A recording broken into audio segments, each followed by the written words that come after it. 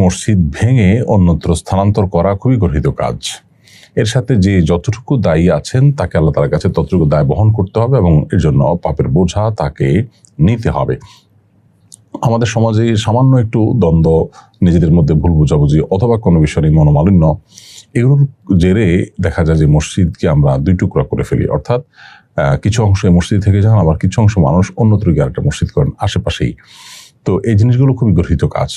ব্যক্তিগতভাবে যদি কোনো মসজিদের কমিটির সাথে আপনার বিরোধ হয় অথবা কয়েকজনের বিরোধ হয়, তাহলে সেক্ষেত্রে যদি সেখানে নামাজের পরিবেশ না থাকে আপনি অন্য কোথাও গিয়ে সালাত আদায় করবেন। কিন্তু একটা মসজিদকে দুইটা টুকরা করা, এটা রীতিমতো আল্লাহর ঘরের প্রতি অসম্মানের শামিল। ব্যক্তিদের সাথে দ্বিমতের কারণে আল্লাহর ঘরকে আপনি দুই টুকরা করবেন, সেটা আসলে অনুচিত কাজ, গর্হিত কাজ। আজকে হয়তো আল্লাহর ঘরের দেখভাল কিছু মানুষ করছেন, মসজিদের দেখভাল যারা করছেন, কালকে হয়তো তারা থাকবেন না। এটা স্থায়ী তো কেউ নয়। এই জন্য